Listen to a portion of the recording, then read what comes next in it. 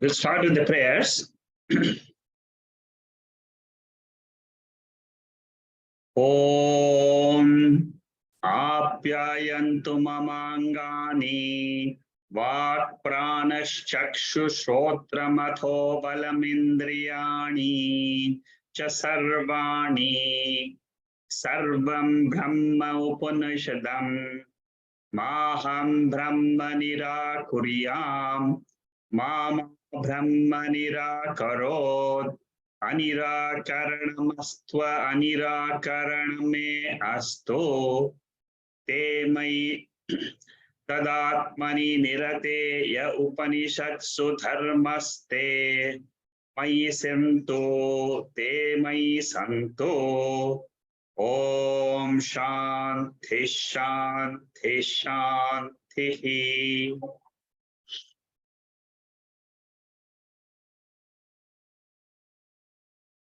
Our study is of Keno Upanishad, chapter 1.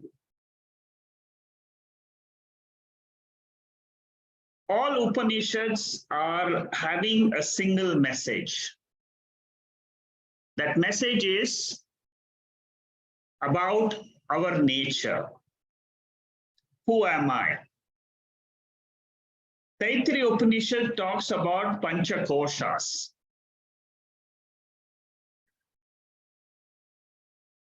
Mandukya Upanishad talks about three avasthas. Keno Upanishad talks about the three bodies, primarily focused on the Sthula Shariram and Sukshma Shariram.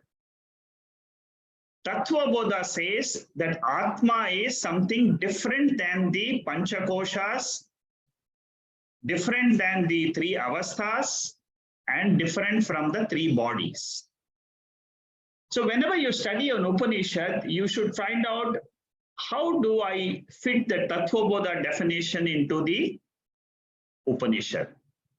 Because it's all expansion of the same Atma, that the discussion is all about the same reality. So when I study an Upanishad, I should start understanding what is the methodology, which type of which prakriya is being used. And in almost all these Upanishads, there is one common method. That common method is called as Adhyaropa and Apavada. So what the Upanishad does first is, it takes the creation and it superimposes the creation on Atma.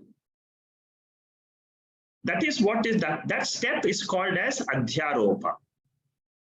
This is the methodology of revealing the reality. Two-step method. The second step is Apavada. Once you have superimposed the entire creation on Atma or Brahman, then what the Upanishad does, what is the nature of Atma nature of Atma or Brahman? Satyam, Jnanam, Anantam. So on Satyam, Jnanam, Anantam, you superimpose the entire creation. Then what you do in the second step, you negate the creation. That negation process is called as Apavada. And then and then while negating this creation, you hold on to the substrata, which is the Atma, which is this Satyam, Jnanam, Ananta. So even in Keno Upanishad, you will find that the first chapter is the most important chapter out of the 4 chapters, because that is where the knowledge of Atma is Brahman is given. Mahavakya comes in the first chapter. And every Upanishad tries to describe what is Atma in some form. In this Keno Upanishad, an indirect definition is used which we saw in the first three mantras. The indirect definition is, it is the year of the year. Never forget this definition of Atma. This is an indirect definition of Atma. Anybody asks you what is Atma, you can tell them this. I'm studying about something which is called as the core of my personality. And that core of the personality is defined like this. It is the ear of the ear, the eye of the eye, the mind of the mind, the prana of the prana. So basically what the Upanishad does is, it takes the Sukshma Shariram, Manaha, which is the Antakaranam. Then it takes the Sthula Shariram, which is the Karanams, Jnana Indriyas, the Golakas, Shrotram, Chakshuhu. Then it takes the other part of Sukshma Shariram is the Prana. So Prana and Manaha is the Sukshma Shariram. Vak, Chakshu, Shrotram is Karma Indriyas. So what happens is, it takes this and says what lies and what gives the power to these Sthula Shariram and Sukshma Shariram is called as Brahman. It is called as Atma. It is called as Chaitanyam. Okay, is it clear? This is the way you should understand the Upanishad. Keno Upanishad is a very, very technical Upanishad. You don't find so much of technicalities in Katha Upanishad, and initially even in Shankara Bhashyam also. So much of technicalities are not there in this commentary on Katha Upanishad or Mundaka Upanishad. But in Keno Upanishad, Shankaracharya's Bhashyam, the commentary, is full of technical information. After study of this, you can all study the Bhashyam. If you have that time and the inclination, you can study the Bhashyam. And you will find it very easy. So this is what is the subject matter. The subject matter is Atma. What is Atma? It is the consciousness principle. It is the knowledge principle. This body is Jadam. Prana is Jadam. The Shrotra Indriyas, the Shrotra Golakas are Jadam by nature. But we find that they are all alive. That life principle in the body is called as Chaitanya. Consciousness. What is the goal of this Upanishad? The goal of the Upanishad is, it wants me to say, I am this consciousness. Aham Brahma Asmi. That is the goal of the Upanishad. So what should I do? After I have learned the initial 3-4 verses, I should tell myself, I am this Chaitanya. Aham Brahma Asmi. I have to learn to practice saying this. The more I say this internally in my own mind, I am a jiva, that vasana which is there in this mind will reduce. All of us, if you don't have this knowledge of the Upanishad, we will continuously be thinking throughout our life that I am a jiva, samsari, grahastha, I am a mother, I am a father, I am a brother, I am a son. And then we will leave this body one day, and then we'll take another body and again come into a new environment. According to the Upanishads, our life keeps on going like this. The only way to come out of this cycle of samsara, which is birth and death, is to First of all, clearly understand, like I'm teaching now in this particular talk. Who am I? I am Chaitanya Swarupa Atma. What is my nature? I am eternal, time-wise not limited. What is the body? Body is limited. It is born at a particular date.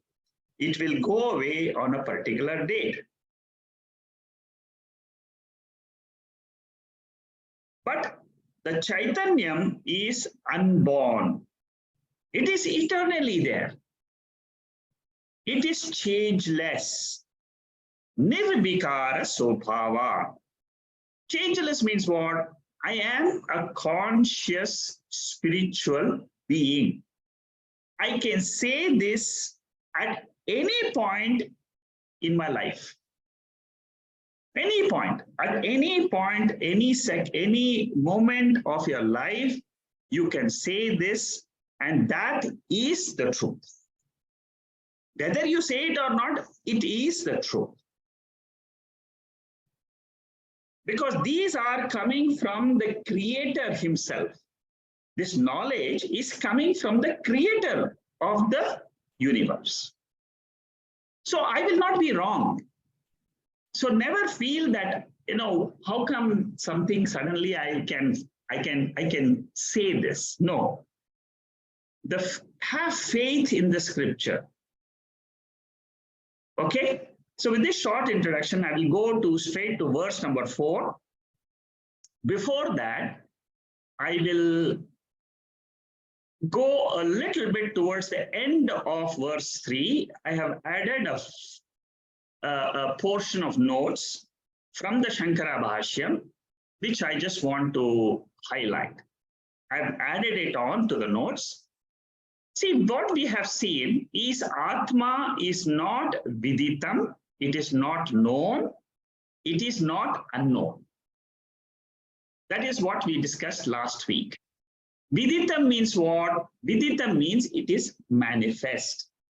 Body is manifest, universe is manifest, the sun is manifest. The trees are manifest. All the human beings come into manifest condition, Vyakritam, and we drop this manifest condition, which is called as Heyam. What is unknown? Atma is not unknown. It is not aviditam. It is not unmanifest. There is a status of mind which is neither manifest, neither unmanifest. Please understand this very carefully. This is a very subtle topic. If you follow the logic behind it, which is given by the scripture itself, you will arrive at your true nature. What is it? In my sleep state, the body is aviditam, avyakritam, which means unmanifest. That unmanifest condition is called as the karanam of the waking state. The whole state, the entire waking state is called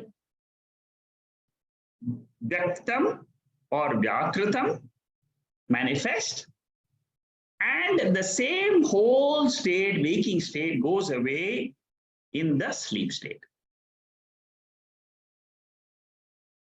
The sleep state, unmanifest condition, can you all hear me? There is someone who says they can't hear me. I think, Gopa, it must be something with your laptop. Okay, I'll continue. In case somebody is also not able to hear, you can put in the chat box, yeah?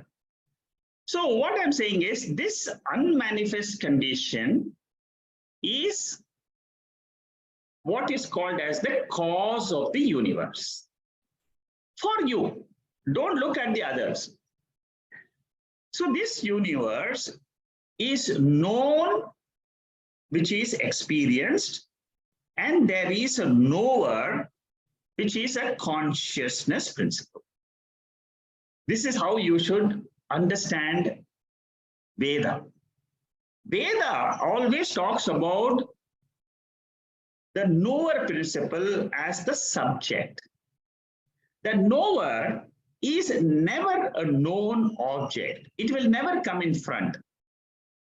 See, this body which we see is only a reflection of that consciousness.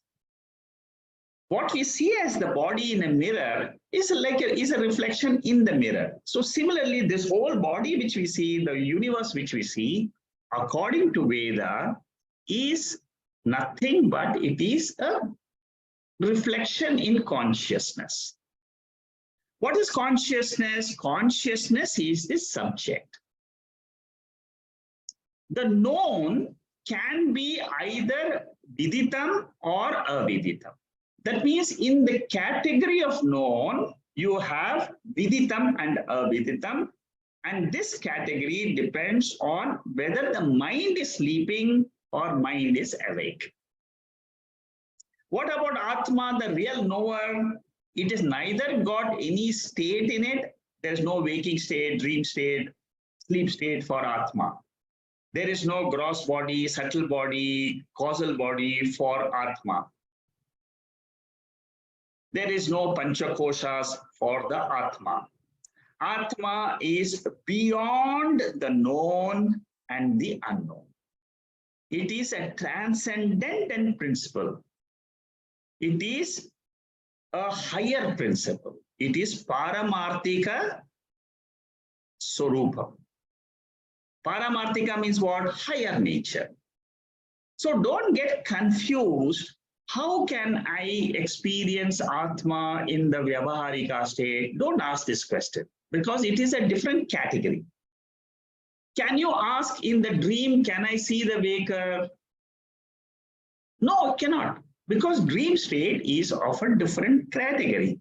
It is pratibhasikam. So the reality is divided into three levels. Paramarthikam, which is absolute. Vyavaharikam, which is either the dream state or the waking state. Dream state is called as pratibhasikam. The Vyavaharikam is the waking state. What about the sleep state? Sleep state is also included in the Vyavaharikam, Vyavaharika Satta, and it is a passive condition where you don't experience anything. What is left behind after excluding the known and the unknown objects, which are known through the sense organs and the mind, is the subject, the knower, the experiencer, the sakshi, consciousness, Brahman. All these are synonymous. So what is left behind when I am asleep? The mind is sleeping, the body, the sense organs are inactive, but what is remaining is this consciousness, which is called as Brahman. For the time being, you understand that that is something which is an X factor. It cannot be described by words. It cannot be seen at any point of time. Even in meditation, you cannot bring Brahman in front of you and say, I am seeing Brahman. Not possible. So never ask the question, how to know that left behind Brahman? Very important point in this Keno Upanishad, you should remember this very distinctly. Because this is the answer which you will get in the second chapter. The Guru asks the students, have you known Brahman or not? He is trying to trick the students. What will be the natural answer? Natural answer is of the student will be, yes, yes, yes, I have learned the first chapter very well, therefore I know Brahman. You are wrong. That is what happens in the second chapter. A brilliant student says, I know that I don't know Brahman, not that I don't know Brahman, but that is what the scriptures teach. Very, very fine answer. We'll see that in the second chapter. So left behind Brahman is claimed as Aham Brahma Asmi. Now, this is not claimed as, is not that I contact Brahman or I experience Brahman. You can never say I realize Brahman. All transitive verbs have an object. Atma is not a, doesn't have a transitive verb. I am Brahman. I experience Brahman means what? Brahman becomes an object. But when I say I am Brahman, Aham Brahmasmi, it is an intransitive verb, and it is Paramatma Avasishyate. Paramatma Avasishyate means the leftover Paramatma, which is the Lakshyartha, is claimed. Okay, so that is what I wanted to say about the third verse, where manifest, unmanifest, abhyakritam, some of these technical points were there. I just want to expand and close that verse. Now, so we have seen three verses. The first three verses, as I said, in your own free time, if you want to learn about Keno Upanishad, try to dwell on the meaning of the first three verses. To the best way, you can even write your own commentary on what you have understood of the three verses. So that at the end of the third verse, you say, whatever is the indirect definition of this Atma, with conviction, I am able to say. Now, what is the balance 5 verses? 4, 5, 6, 7, and 8 of the first chapter. The Upanishad tries to give an extension of the knowledge which is given in the first 3 verses. It gives you an additional information, so that you don't commit a mistake of claiming what is that Brahman. Upanishad wants to again re-emphasize to us that it is not the sense organs and it is not the object of the sense organs. Therefore, from verse number 4 to 8, again it takes the same 5 terms. Vak, Manaha, Chakshu, Shrotram. What does it say? Again, it says that it is not, don't mistake it to be the sense organ, which is the karma indriya. It says that in the 4th verse. Atma is not the Vak indriyam, neither the speech, the organ of speech, or the words spoken by the organ of speech. That is in the 4th verse. In the first verse, what does it say? It says it is not the Manaha and it is not the products of Manaha. Products of Manaha, we know, thoughts, all types of thoughts, good thoughts, bad thoughts. So Atma is not that. It is not the Antakkara. The 6th verse, what does it say? It says it is not the Chakshuhu, it is not the objects of Chakshuhu, which is the Jnana Indriyas. It is not the Indriyam, but it is the power behind the Indriyam. Chakshuhu and Shrotram. So Chakshu is in the 6th one, Shrotram is in the 7th. There is some error here. It should be 6 and then the next one should be 7. It's not 5, it's 7. So the 7th mantra is Shrotra Indriya. The last one is Pranaha, the physiological factor. The physiological prana is what? Prana is something which maintains this body. It is in this house. The maintenance of this house, like you have in the house, you have an air conditioner, you have some lights. So similarly, in this house, in this body house, you have the prana, which functions in fivefold ways. Prana, apana, samana, vyana, udana. So fivefold functions. Prana keeps this body alive. It is in this live body the jiva comes into manifestation and unmanifestation. See how the Upanishads are able to transform the way you look at the whole universe. That is the benefit of doing this study of Upanishads. We have done Kaivalya Upanishad, we have done Mundaka Upanishad, we are doing now Keno Upanishad. You will find that slowly you will change your outlook and you will say, I am a grahastha, no doubt. I am a householder, no doubt. It is a role I play, but it is not my real, true nature. That is the aim of the Upanishad. Aham Brahmasmi. What is this Jagat? Jagat is mithya.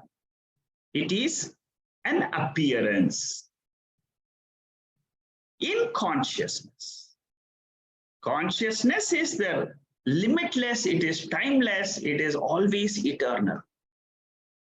If I claim that as my real nature, the biggest benefit is my fear of death will go away. My fear of change will go away. What is death? Death is nothing but change of body. We also have changes in a day-to-day life. New events come, which are all due to the prarabdha karma phalam. Any change comes, you say, okay, it doesn't matter. I am able to hold my core of the personality. I start operating from Atma level. It is a huge difference. You either operate from the ego level, ahankara level, or you operate from the sakshi level, the Atma level. As you study, you will start shifting from ahankara to sakshi. That is the change of a seeker. Moksha is nothing but it is a complete transformation of a jiva who thought he was this body playing roles. Now he thinks he is the sakshi in which all the bodies, they come and go, they manifest, unmanifest, but the nature of sakshi is such that it is never changing and it is always nitya sukha swarupa. Why is it sukha swarupam? Because there is not one wee bit of dukkham in Atma. Because it alone is kaivalya. Okay, so this is the summary of verses 4 to 8. I will try to quickly run through these 5 verses. The meanings are very simple. I have explained to you what it is. And each of these verses, in each of these 5 verses, what is repeated is the second line. Tadeva brahmatvam vidhi nedam yadidam upasate. This line is common. This is the Mahavakya portion. Tad eva. Tad eva means what? So this verse, it says, Yat vacha na abhyuditam, ena vag abhyudite, tadeva brahma tam vidhi, nedam yadidam upasate. I'll just give you a short note on this. It is from the Shankara Bhashyam. What Shankaracharya says in this particular set of verses, he says it is Mahavakya portion and Tadeva Brahma, Tad Eva Brahma. Tad means Tvam. This is, I'm giving you from Shankaracharya's commentary. I will then go through the notes which have been given, which I have added here. So, Tad Eva refers to, Tad means Tvam. Tvam means it is the Lakshyartha of you.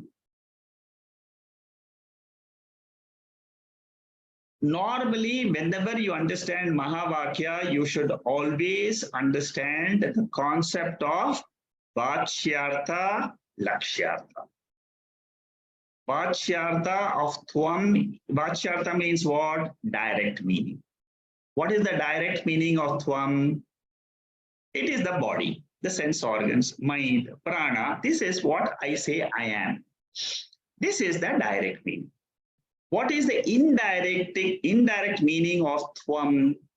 Tvam means I the individual, which is called as Tad in this particular mantra. What is the Lakshyartha of the Jiva? It is the consciousness principle. This is one part.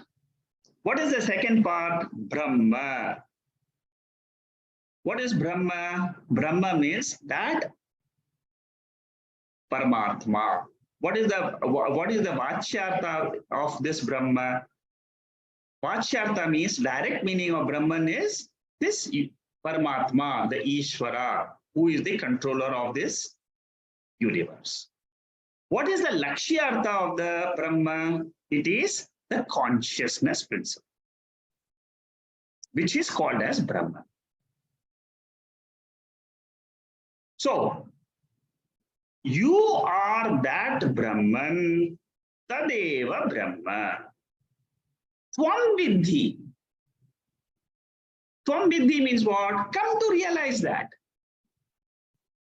Nedam Yadidam Upasate. Don't think of Ishvara as the Devata whom you have been worshipping till now in the temples as the ultimate Devata.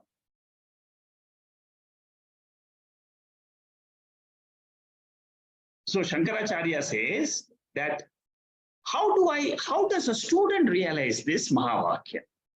He has a very big commentary on this verse, very huge commentary, bigger than other verses. So he says that a student again gets a shock. He says, till now I have been praying in temples and I have been praying to Ganesha form, Shiva form, as the Devata.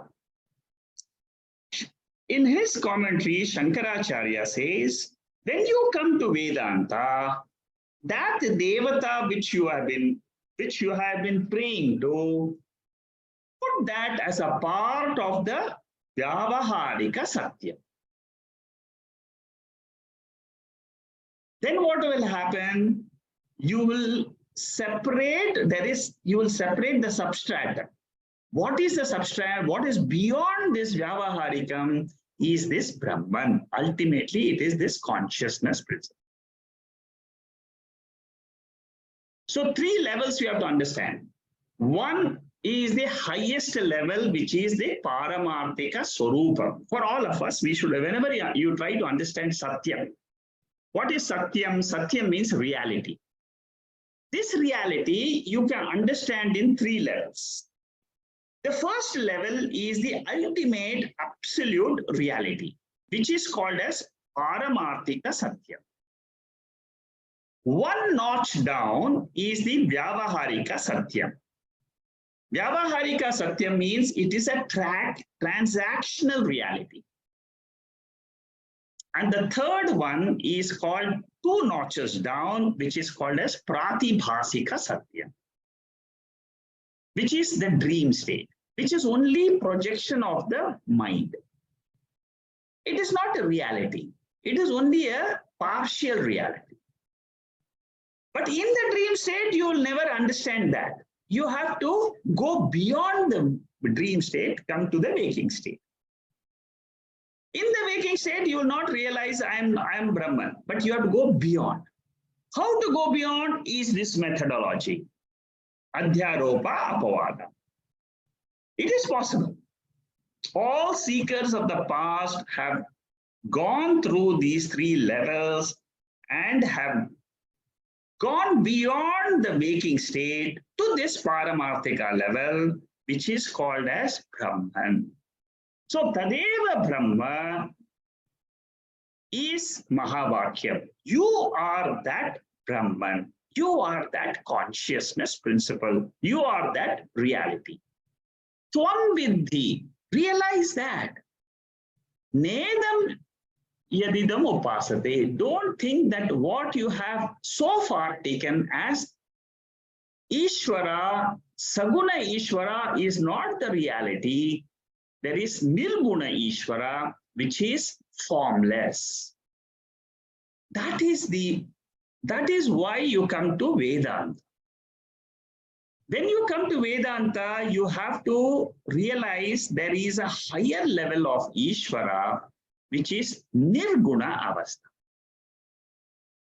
Completely, it is a different category, different realm, different paradigm shift in understanding what is that in which the whole universe is able to manifest and the whole universe goes into unmanifest condition.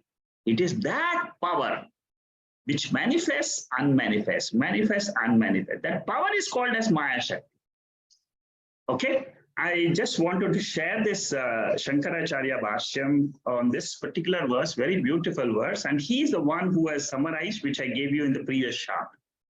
It is his chart, which I just presented to you, of what is happening between verse number 4 to 8.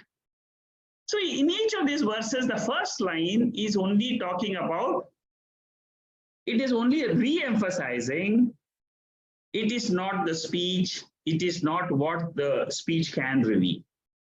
That is what is said in the fourth verse. Similarly, in the next verse, it will say it is not manaha or what manas stands for. It is not the prana, it is not the chakshu, it is not the shrotra.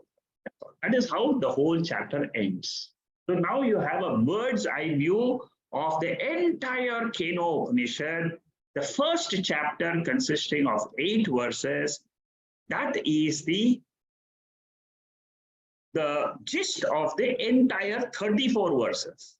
The rest of the verses in the second, third, fourth chapters, they are all re-emphasizing this first chapter.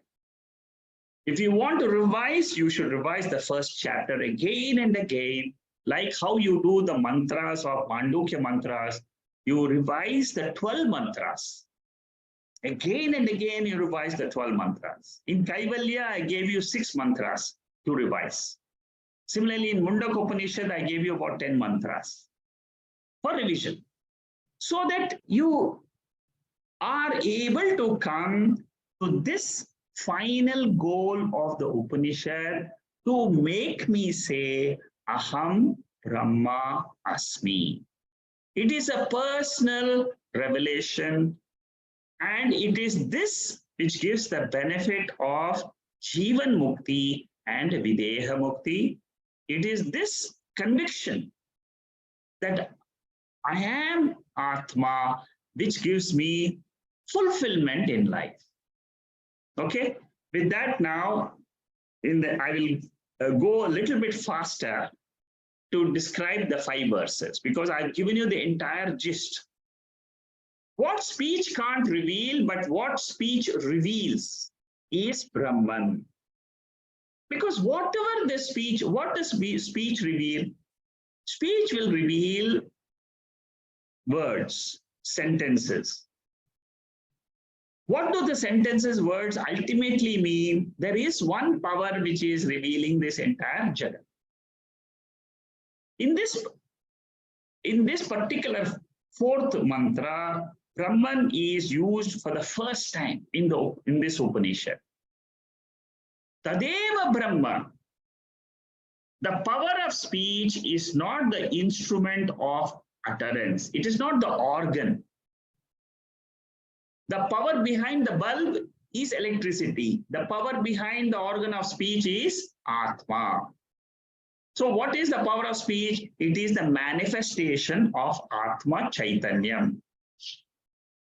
What is Atma Chaitanyam? It is the dynamic, vibrant life factor, consciousness factor, which is the center in each one of us.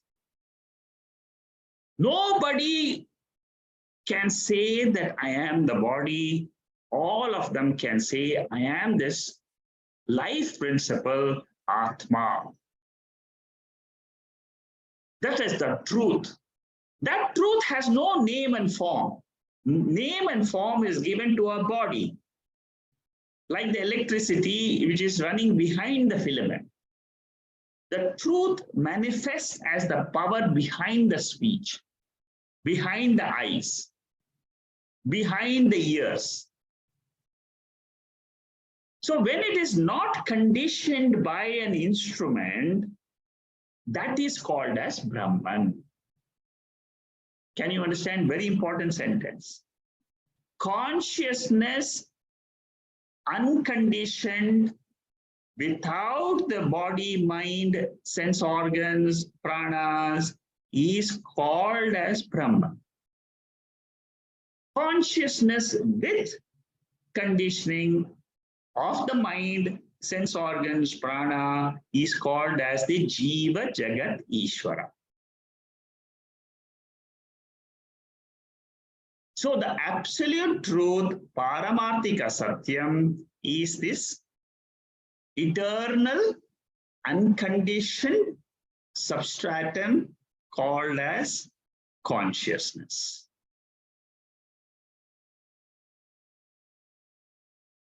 How can I understand this? The Upanishad says Akasha, like the space, which is enclosed in a room. This consciousness is enclosed in this body and mind complex. It is the same consciousness which is all pervading, like the total space. This consciousness is never perceived like you perceive the sense objects. The sense objects of the eyes are form and color, but consciousness doesn't have form or color. What is conditioned Atma and what is absolute Atma? Conditioned Atma, you can say it is this or that. You can say it is here or you can say it is there. That is space-wise pervasion. Now and then, time-wise pervasion. It is something is there now, something is not there now. That person was living till yesterday, now he is not there. That is conditioned consciousness. What is unconditioned consciousness? It is the perceiver Atma, the knowing principle, the knower, which is always the knower. The knowingness in this body, mind, has not changed at all in any birth. All of us are the same knowing principle, which is consciousness, which is called as Atma. That is why it is called as the self. It is not called as you or he or she or it. It is a common noun, which is self, Atma. Common to all. Common to the whole Jagat. That is why it is called as Brahman. It is the substratum. It is not like the reflection of the sun in a bucket of water. That is the jiva. Reflection of the consciousness in a particular mind is a jiva. Reflection of sun in a bucket of water is the reflected sun. But the original consciousness is always shining. The reflection, what happens to it? Suppose I throw the water away. Water goes away. That means what? The mind has gone away in the sleep state. What happens then? Reflection is gone. And then next day morning, again the mind comes back. Again it gets lighted up. Why this lighting up of the mind happens? It goes away, comes back. That is the nature of the mind.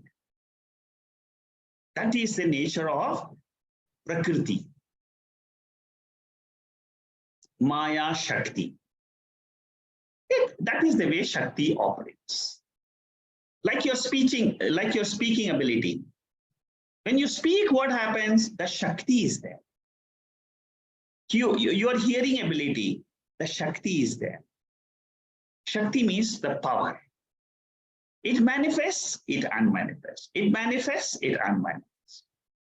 So everything which you experience in the world is anatma. My body is anatma, my mind is anatma, the world is anatma.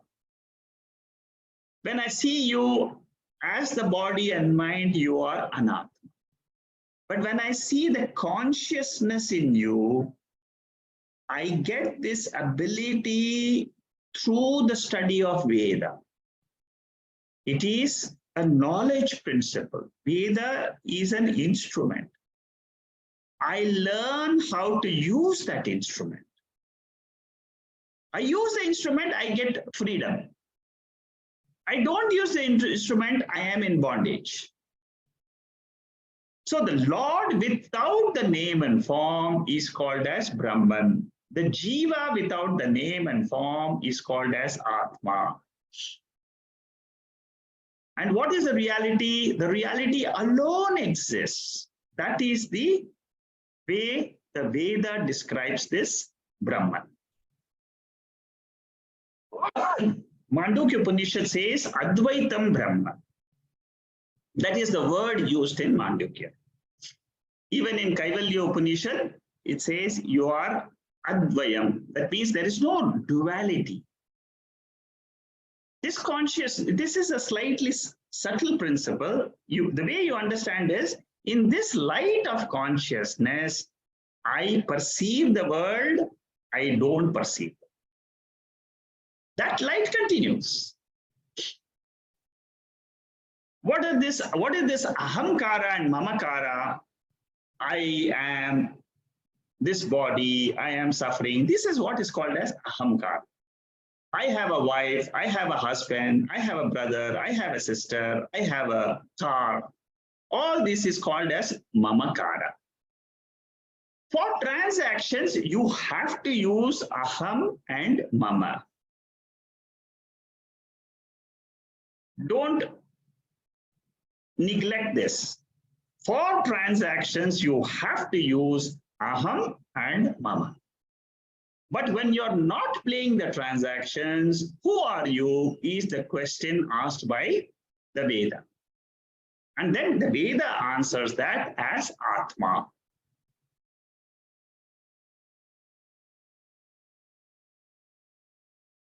So Swami Chinmayananda says, man is nothing else but God, and God alone is the truth. Everything else is false. God alone is the truth means what? This reality, this consciousness, which is Nirguna Chaitanya, it has got no attributes. That is why words cannot describe. Vedanta helps us to move out from our grahastha, samsari identification to a higher level of Atma Chaitanya. Is bhakti important or not? Yes, bhakti is important Philosophy without bhakti is madness, because you will not be able to hold it. Love without bhakti is superstition. And what is the definition of our mind? It is Maya. It is a Shakti.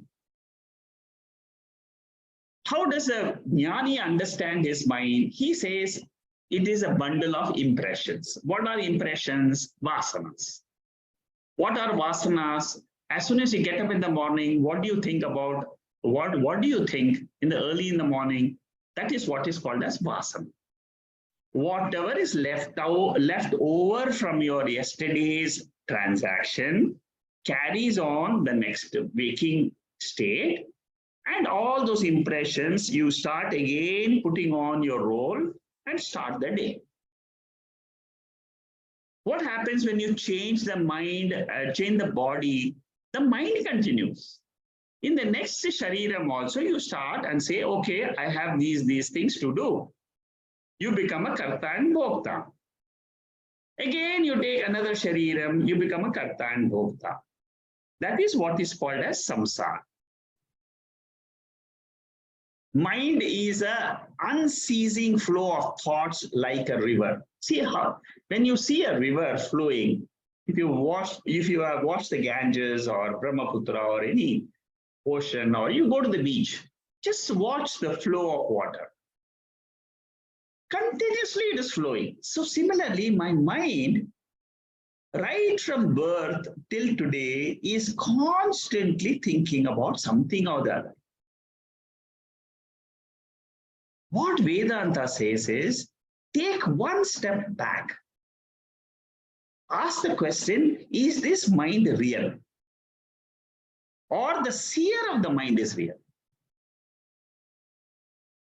Mind is changing. How can it be real? Yesterday's thoughts are not today's thoughts. Today's thoughts are not tomorrow's thoughts. Therefore, it is changing. Anything changing, will you say it's real? No. That is what in the second chapter of Bhagavad Gita it says. Na asato vidya bhavaha. It is a changing. Mind is changing. Suppose you say in Mandukya Upanishad, it also says mind is like an agarbatti. Suppose you keep on turning an agarbatti in a dark room. You keep turning it. It'll look like it is a circle. That means there is a circle around it. So similarly, my mind is, when I am continuously thinking of one topic, it forms a circle, it forms an impression, and I get caught up in that impression.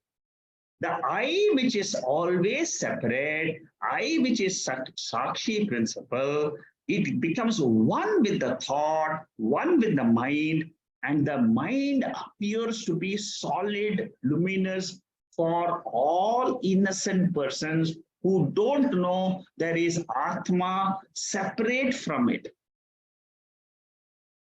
So in Keno Upanishad, what do I understand? I am not this mind, it is not the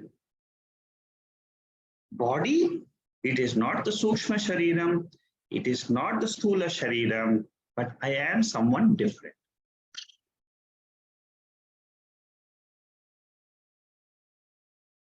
Just a little bit more on the mind and the thoughts. Can you say the thoughts have a light in themselves? No. According to the Veda, according to the scripture, because all this we have to use the scripture. In some Upanishad or somewhere the scriptures are a pramanam, the source. What does it say? Subtle body is made up of subtle elements. They are jadam. They are not self-effulgent.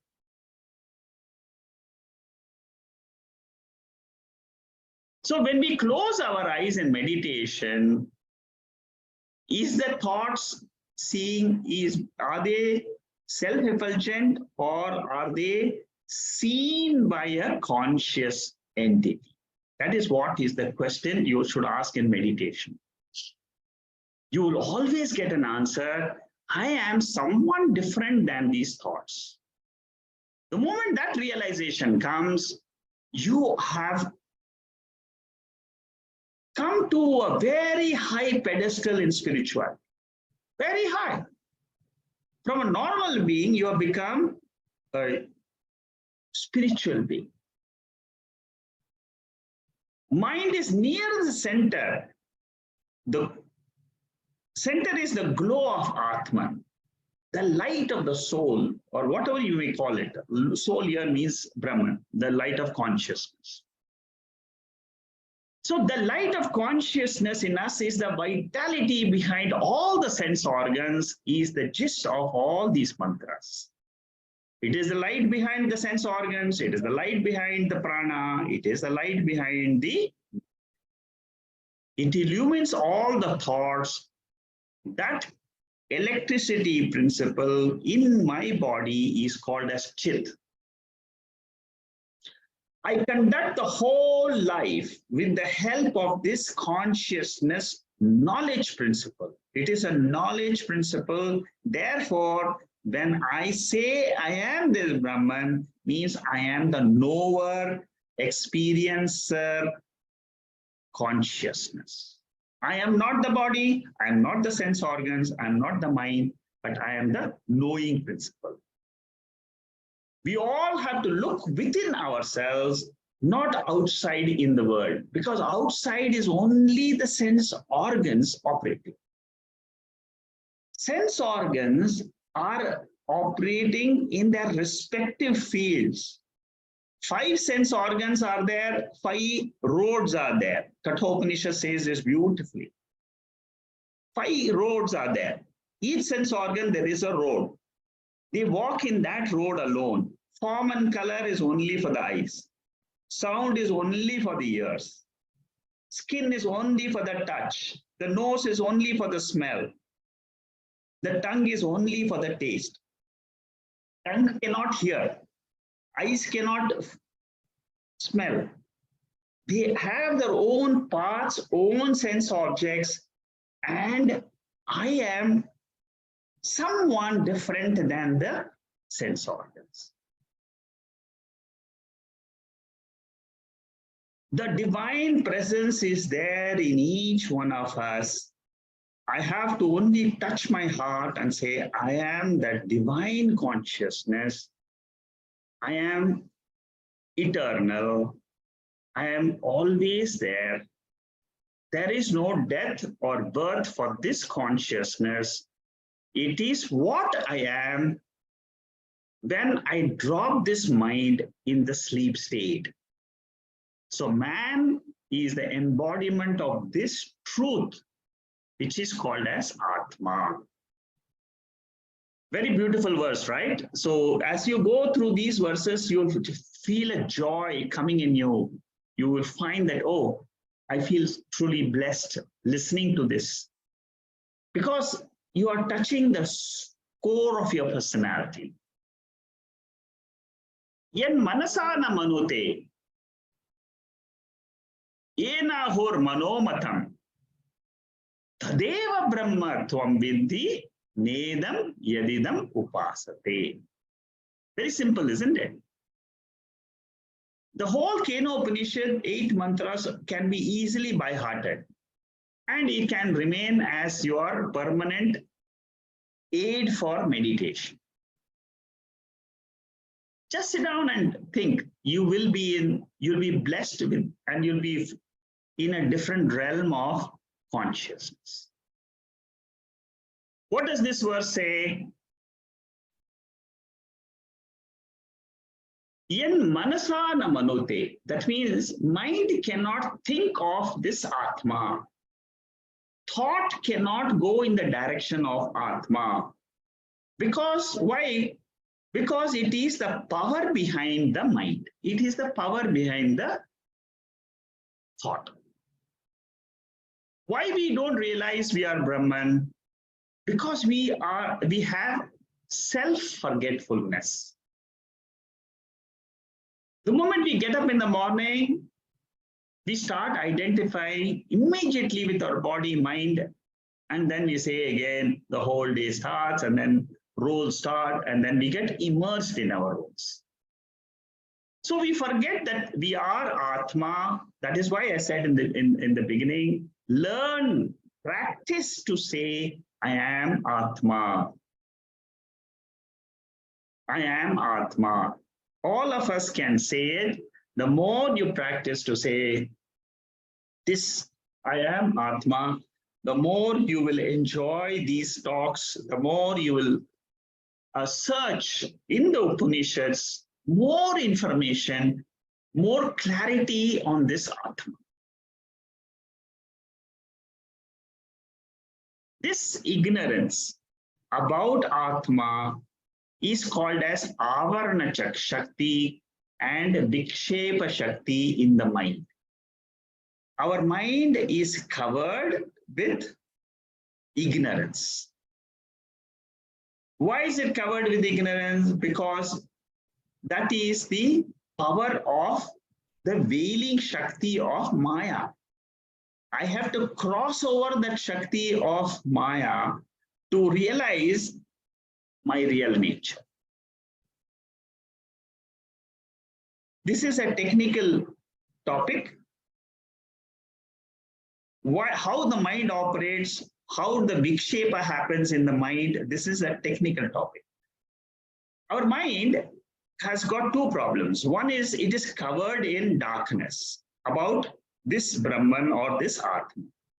The second problem with the mind is it keeps on projecting things. Throughout the day, you'll find that suddenly you'll think of doing something, again, you will think about it. See, suppose your mind is not projecting and you have this knowledge, you are called as Jnana. Very simple. All the Swamijis you see, what has happened to their mind? Their mind they will use the mind as an instrument. They will not get immersed in the mind as themselves. What is Ajnani? What do? What we do is we take the mind as me. That is why we suffer. So we have to learn the technique of keeping the mind as an instrument and use it. As soon as you wake up, use the mind. What all I should do? Yes, use the mind. Perfectly use the instrument. Like how do you use your mobile phone? Whenever you want to use it, you start using it. Similarly, use your mind. Similarly, use your sense organs. I want to go here, there. I want to play this role of a mother. Great. Be the best mother we can be. Be the best brother. Be the best son. Be the best father. You know. So it is due to these agitations in the mind, they cover the truth. They cover the potency of the mind to realize that higher nature. The mind is only made up of food. If you eat well, you have a good mind. There is an exercise in Chandogya Upanishad. It says, stop eating food, see whether you can chant or not. All the mind strength goes away. Because the nutrients in the food which we eat, they are behind the mind. And of course, the vasanas. Bulb by itself has no light.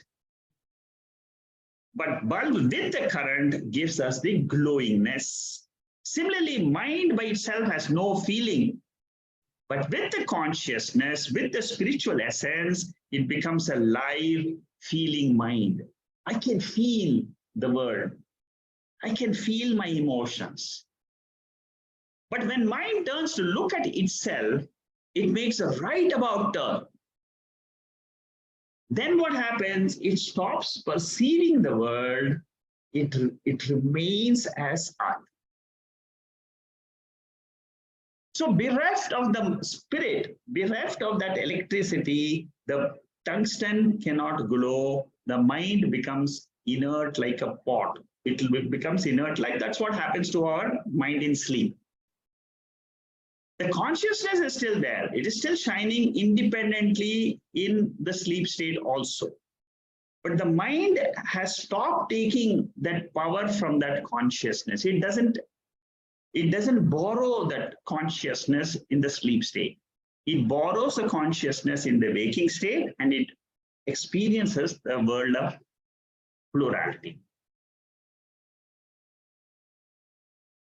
So in the presence of this consciousness, mind seems to move about and has an temporary existence.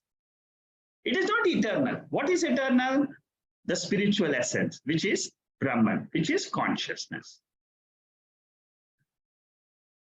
I do a lot of japa. I do a lot of dhyanam. Many people will say this. What does japa do? Om Namah Shivaya, Om Namah Shivaya, Om Namah Shivaya. I chant 1,000 times. It restricts the flow of thoughts and it transforms my character. What we think, we become.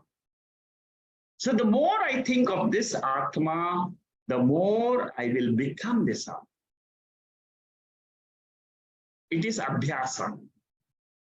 Initially, it is a repetition, deliberate repetition. I am Atma, I am Atma, I am Atma.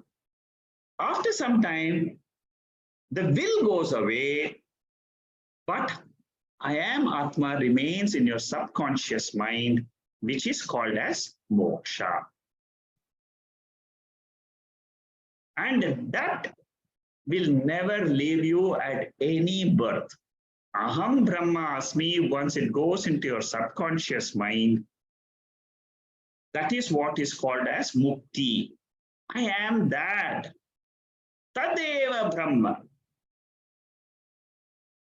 Vedanta helps us to reach that absolute bliss.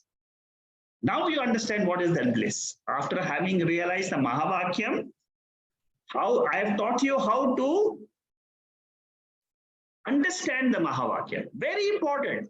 In this whole Vedanta, in all the Upanishads, you should be able to understand the Mahavakyam as Twampada and Tatpada. Swampada has got Vachyartha and Lakshyartha. Tatpada has got Vachyartha and Lakshyartha.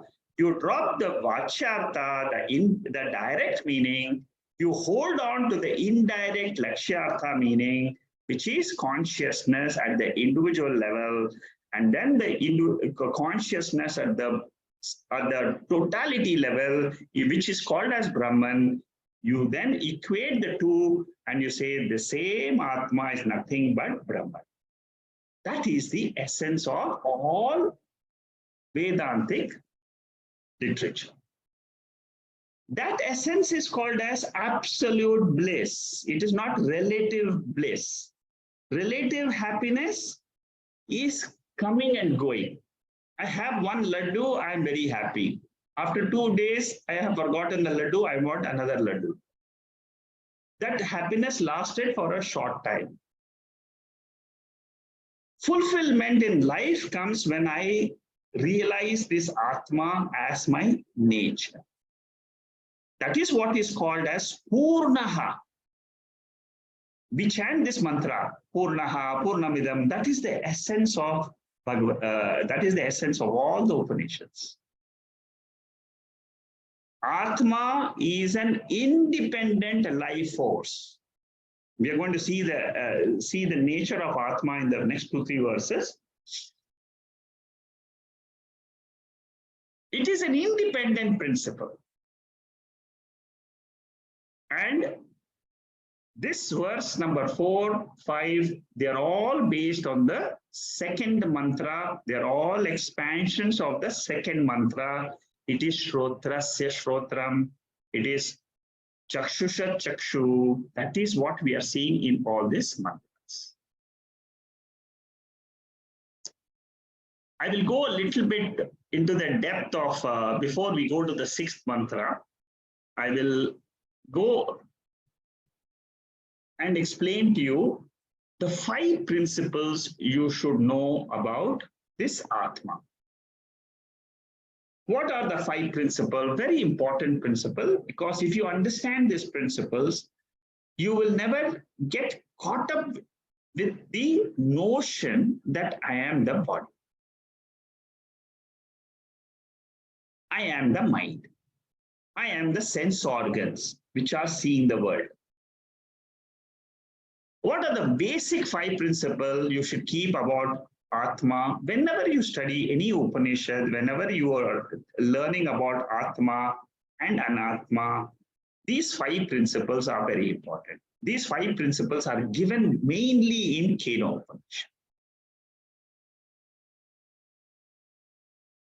First principle, Atma is not a product or a part or a property of the body or mind. The second principle. So each principle you have to meditate on it, contemplate on it, so that at your subconscious level, you can understand Atma clear. That is why we say you can drop it. It is not something which you can, the manifest and unmanifest universe can be taken up and dropped. Heyam, upadeyam. Upadeyam means it can be, heyam. Heyam means it cannot be dropped. Aheyam. Aheyam means it cannot be dropped. You cannot take it as a material cause, because material cause is the causal body. It is the sleep state, which is called as the causal shariram. So the sthula shariram, sukshma shariram, karana shariram. It is not karana shariram. It is beyond karana shariram. Therefore, it is not a part of the body. It is not the product of the body. What is the product of the body? What is the product of Karana Shariram? It is the Sukshma Shariram and Sthula Shariram.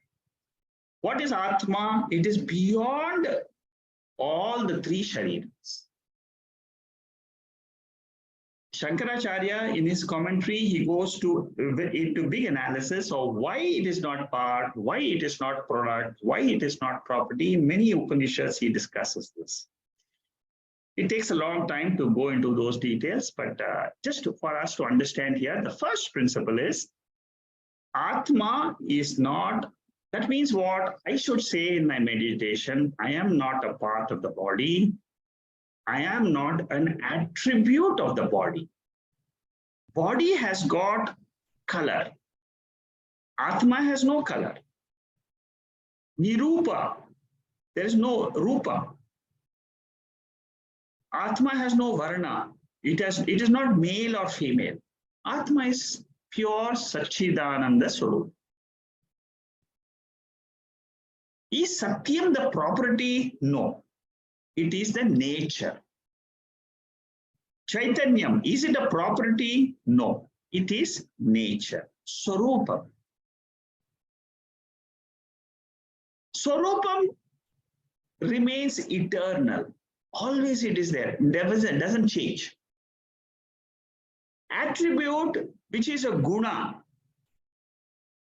it will have increase, decrease. The color can go, it can fade. So any attribute can have changes. But Swarupam, once you say it is my Swarupam, it never changes. The heat, for example, of the fire. Fire is always heat. It's always hot. It is the nature of fire. Ice cream, you cannot have a hot ice cream. Always it is cold. The moment you say is ice cream, it is cold. So similarly, what is Atma? Atma is not a part of the body, not the product of the body. It is not the property of the body. What is it then? It is an independent principle. And it pervades the body. How does it pervade the body? For example, how does the sunlight pervade the whole earth? Similarly, Atma's light of knowingness pervades all the minds. All the minds get the power to know. Once that power to know comes, as soon as you wake up, it flows into the sense organs. When it flows into the sense organs, you can see the world. You can see the world of color, you can see the world of sound, you can hear the world of smell, everything comes up. So what enlivens the body? It is this Atma. And it is an independent principle. Third principle. Atma exists beyond the boundaries of the body. See, these are fundamental principles you should learn and you should remain with this knowledge, because then you will never forget your nature. Atma exists beyond the boundaries of the body.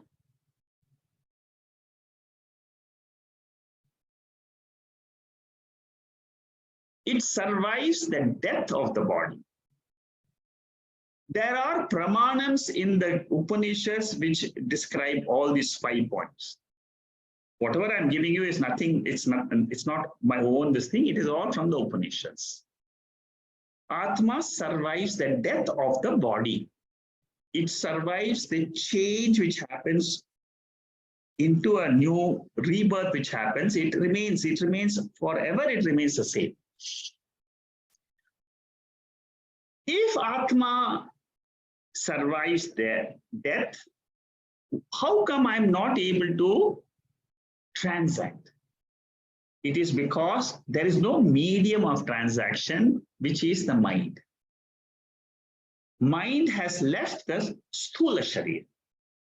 So these are the 5 principles. Just keep at the back of your mind. And you can apply these 5 principles to this mantra of Keno Upanishad. You try to independently study this particular verse of Keno Upanishad, which you all know. Na tatra suryo bhati na chandra tarakam nema vidyato bhanti kutoyam agnihi tameva bhantam anubhati sarvam tasya bhasa sarvamidam vidhati. This is the light of camphor shown by a priest to the idol in front of him. And the mantra which is chanted in a temple is this one. And it is the highest mantra you can chant with reference to consciousness. Consciousness is something which the sun never goes there, neither the moonlight goes there, neither the light of the stars can go, neither the light of lightning can go, or the fire. All the material lights are dropped. And what is the next sentence? That is very important. When consciousness shines, everything shines after him. That consciousness is the Lord, which you have been searching all the time. In so many births, you have come to Keno Upanishad to understand that light of consciousness is in this body. It can be owned up. It can be claimed as you yourself. Tat Brahma Tvam Vidhi. Upanishad is very directly telling me, you understand that light, that is you. It is the same message which is given in Keno Upanishad in this mantra, is the same message given in the 5th mantra of this Keno Upanishad. Consciousness is not outside me, it is not inside me. Outside me means you are making it an object. Inside me also you are making it as an object. You're trying to objectify consciousness. But what is the truth? It is not an object, but it is the subject. I am that consciousness. I am the consciousness. I'm not different from the ear, but I am responsible for the ear to hear.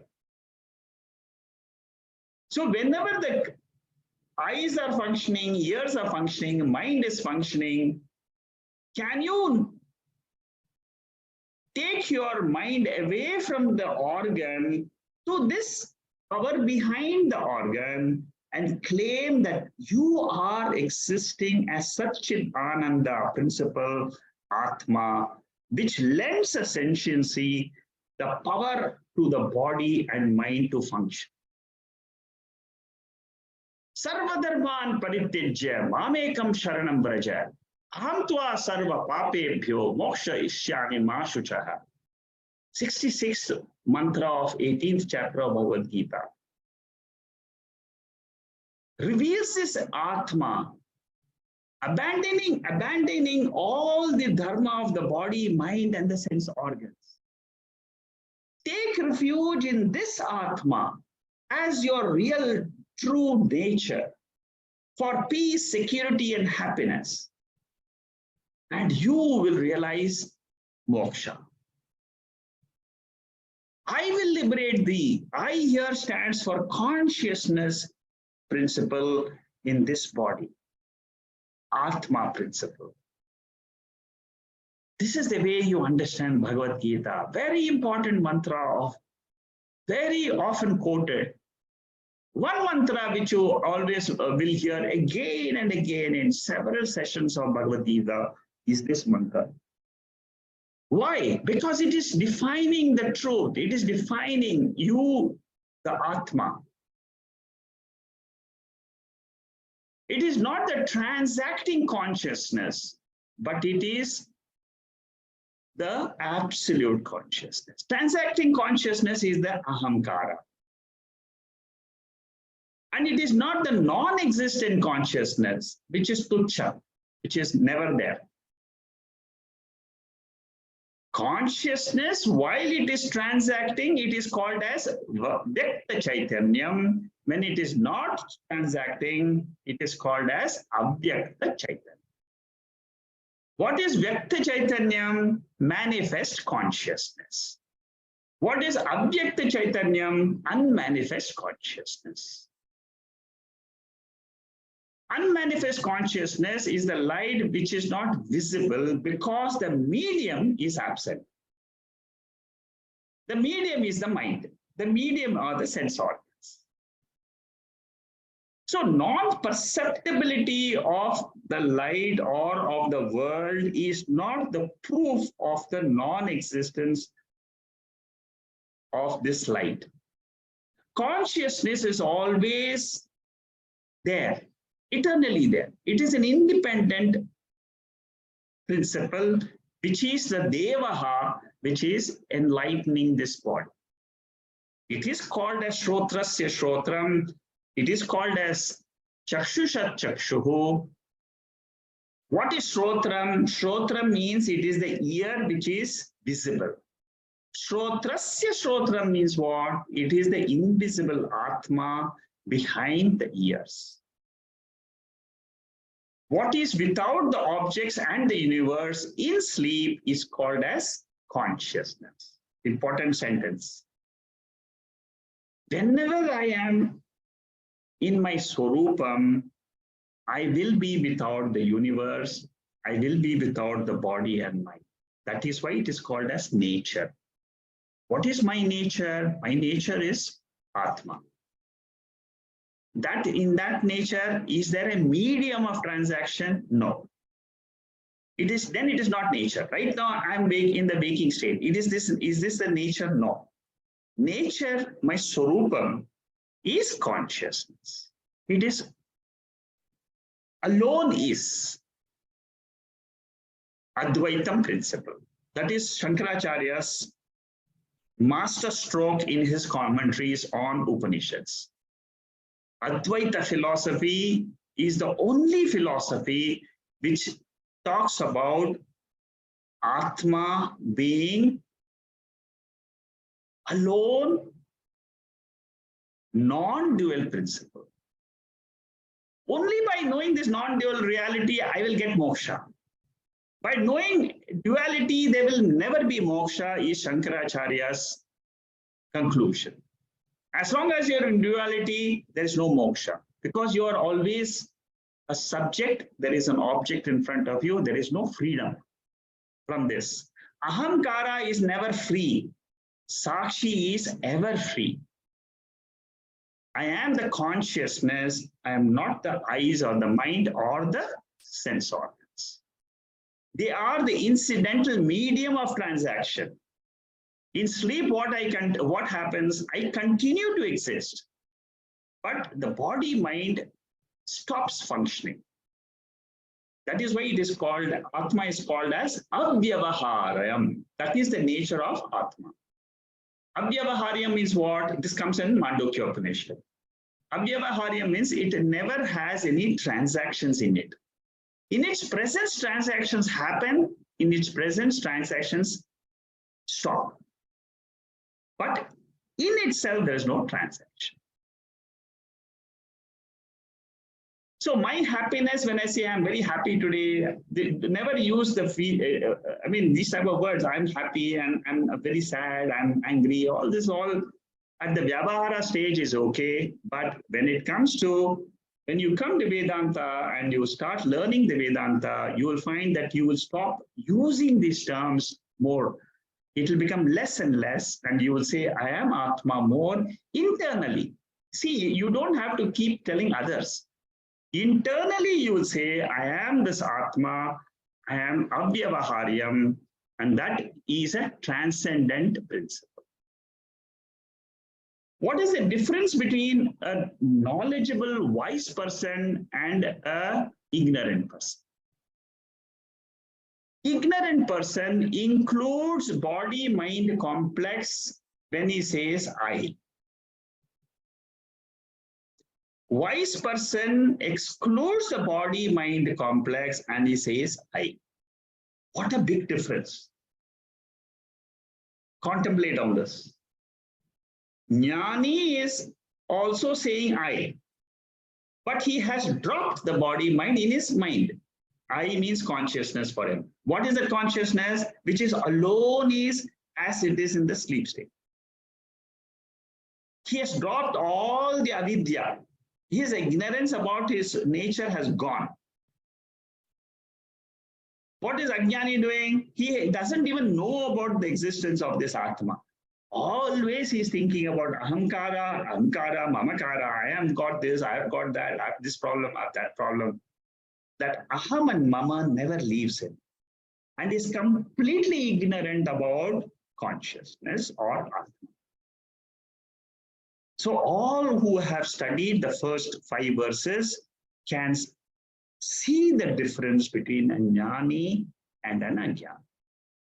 Chapter 1 of this Upanishad talks about Atma as aprameyam. I will take this in the next session. I will stop here. This I need to explain this a little bit, so I will take this up in the next. This is the last portion of this verse. After this, the verses are very simple. If you have understood till now, then Keno Upanishad you have understood. So next week, we will revise this 48th slide, chapter 1, what it is, how it reveals Atma. Once more, I will try to summarize. Okay, we'll close the session today.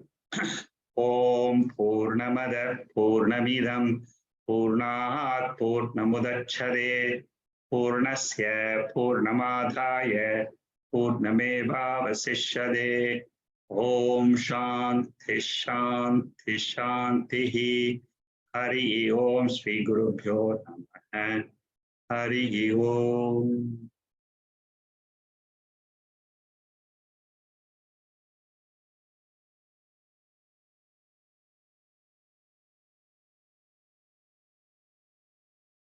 Okay, so what I will do now is we'll go through the chat session first. So the first question is Vasana associated with the mind? If so, shouldn't Vasanas die with the death of the body? Okay, good question. See, Vasana is not the mind. Mind means it is a subtle body. Vasanas are above the mind. Vasanas are nothing but punya papa, causal body. Mind is subtle body, Sukshma Shariram. Sukshma Shariram consists of Manaha, Buddhi, Chitta, Ahankara. These are the four. In Tattva Bodha, so please study, I mean, if you have studied the Tattva Bodha, it's very good. But in Tattva Bodha, it says very clearly that Sukshma Shariram is these four. Mind, which is a continuous thought. It is just thought of the thought of the thought. You see, it is like your heart is pumping. That is the nature of the heart. The body, the stomach is digesting the food. That is the nature of the stomach. Your hand can grasp. That is the nature of the hands. Your legs can have motion. It can move. What is the power? What is the function of the mind? The function of the mind is it can receive the impulses which are coming through the sense organs, and it can analyze those impulses, form a conclusion, and then it can send out impulses to your organs of action to act. See what a beautiful mind, brain which Lord has created. That is what is the mind. It comes in the waking state, it goes off, it sleeps in the sleep state. That is the power of the vasana. That is the power of the mind. Now, what is vasana? Vasana is an impression which you gather, not only in this janma, but you carry it from one janma to another janma. Sanchita karma phalam, agami karma phalam, prarabdha karma phalam. So it is a tendency which your mind gets over a period of different births. That tendency is what is Karana Shariram. Karana Shariram is you can call it, it has got the vasanas, it has got the punya papa. Punya papa means what? It is the leftover phalam which you have to exhaust in another body. So it is the vasanas which determine which body you will take in your next birth. Which mind your mind will get associated with which body. It is precisely working according to the law of karma. And the law, Ishvara is the controller. Perfect control. You see, like you have you see law of gravitation, you see different forces in this nature, you see planets moving at a certain speed, there is a distance between the sun and the earth, it never changes, all this is, it's a perfect, that is what is called as the power of the Lord. That is what is called as the Maya Shakti. Now, Vasana is your Punya Papa. It comes to you and it is a governing factor for the mind. Your mind acts in a certain way.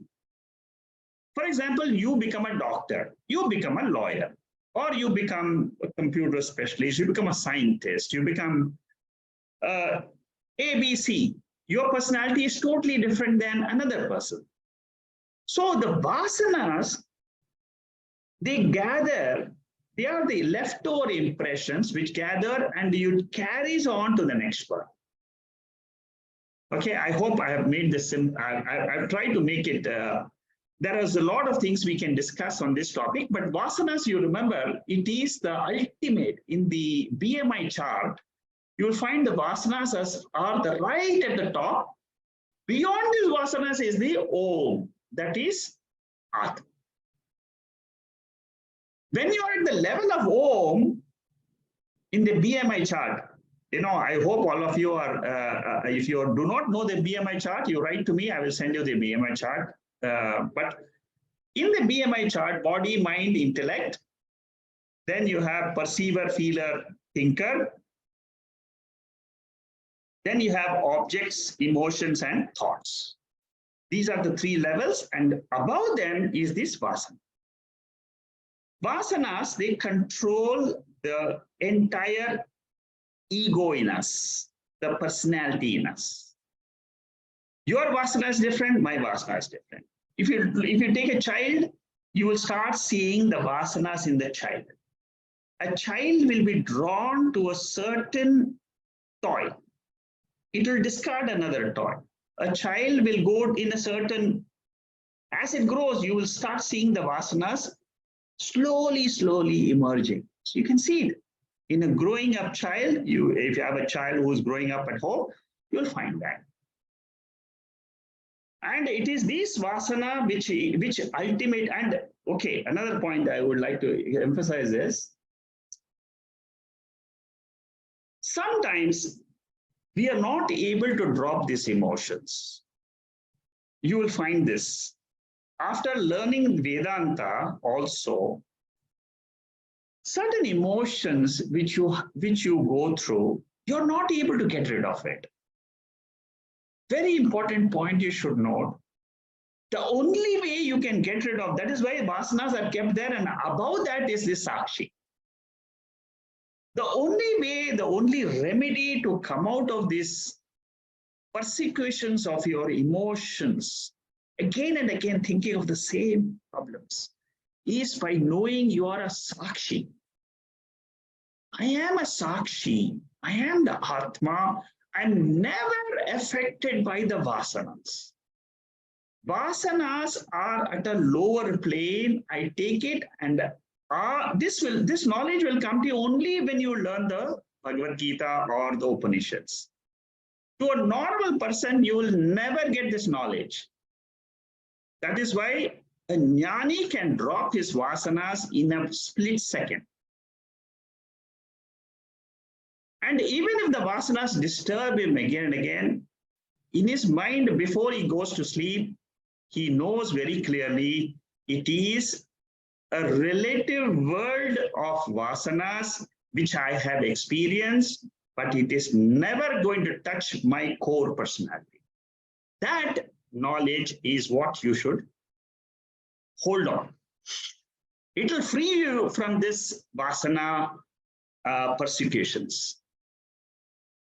There's a lot one can talk on this topic, but I'll stop here. So Venkatesh, is it clear? Yes, you can contemplate on what I have discussed, and you can still come back to me with your question next time. If you still have questions, I have no problems. I can still explain to you.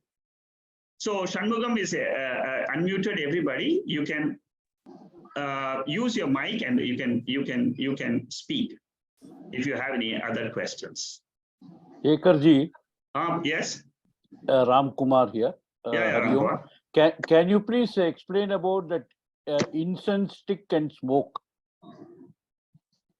Incense stick, glow of the incense stick. Okay. And the smoke. Is it the smoke or the thoughts? Glow of the incense stick and the smoke in a dark room. No, that happens in a dark room. Yeah.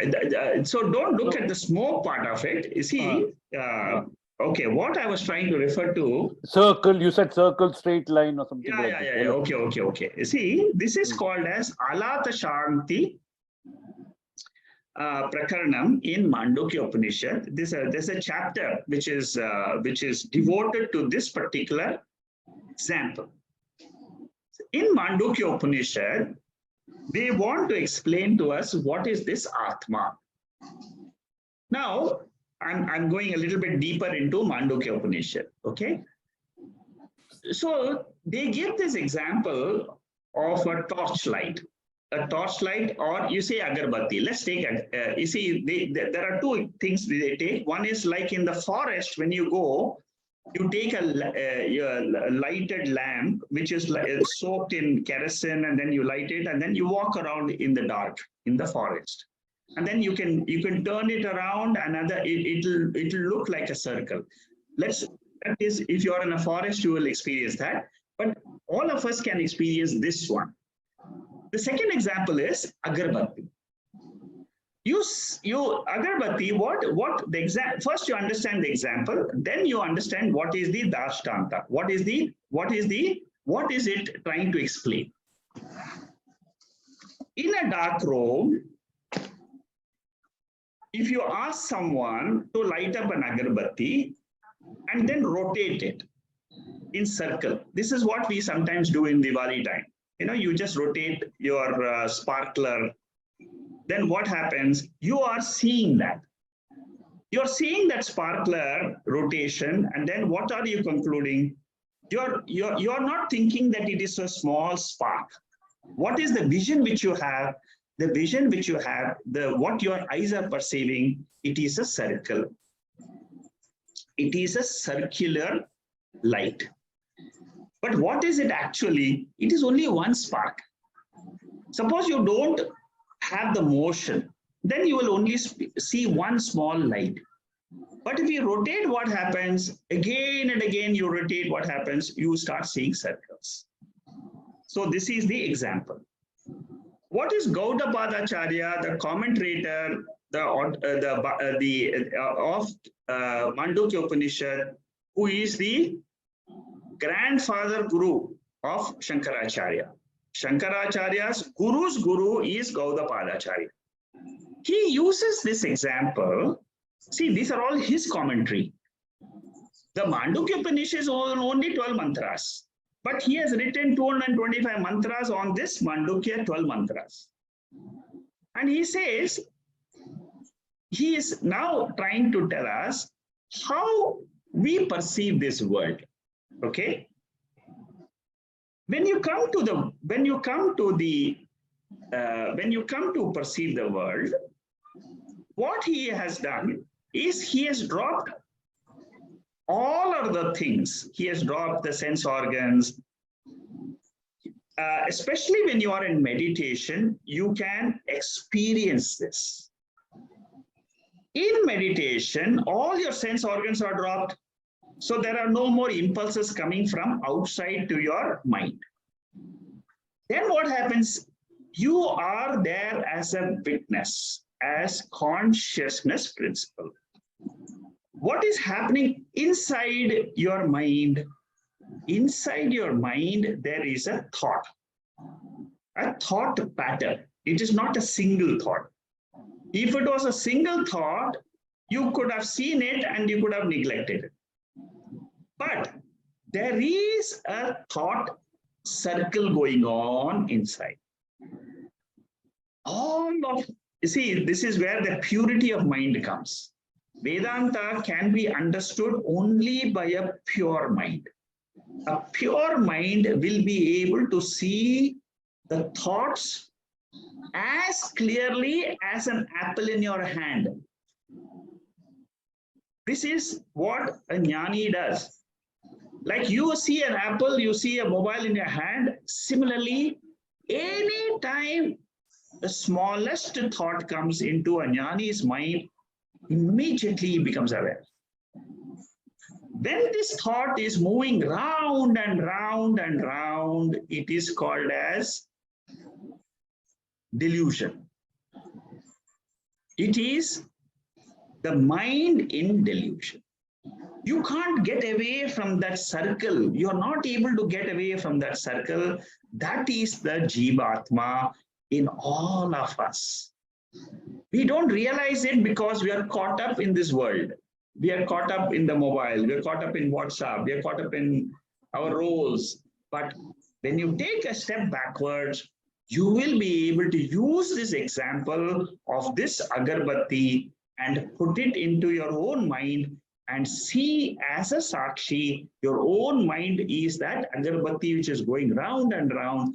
Sometimes if you're alert, you will be able to realize your mind is going in the same groove again and again. That is called as vasana. You can't stop it. The only way is you can come out of that mind and say it is mithya. The more number of times you do this exercise and say it is mithya, I am satyam, mind is mithya, aham satyam, mind is mithya, aham satyam. Aham stands for Sakshi. Mind is Mithya. Mithya stands for the rotation of that thought pattern, which is Vasana. It is this Vasana which is responsible for the birth of a human being in a particular body. The rest of the things, like a role, you are born to a particular sibling, with a particular siblings, to a mother, a particular father, a particular brother. These are all as per the law of karma. It is his karma that it's your wife's karma that she should have you as the husband. It is your karma that you are the husband of that wife. It is your karma, your daughter is born to you. And whatever experiences you have surrounding with them, it is this vasana. It is this which is explaining to us the law of the universe. Okay, Ram Kumar, clear? Thank you. Thank you. Thank you. Anybody else? Yeah, I have one question. Yeah, go ahead. Sir, you told about the Paramarthika Satyam, that is the ultimate reality. Yes. This can be during the Srishti period, that is during the creation period. Can we experience the this Paramarthika Satyam without the Vyavaharika and the other one is the dream one? Pratibhasika. Pratibhasika, yes. Yeah. Yes. So good. Very good Srishti, question. Yes. Very good Yeah. question. Okay. The way you understand is Paramarthika Satyam is only a knowledge. It is only a knowledge that it exists. I am that.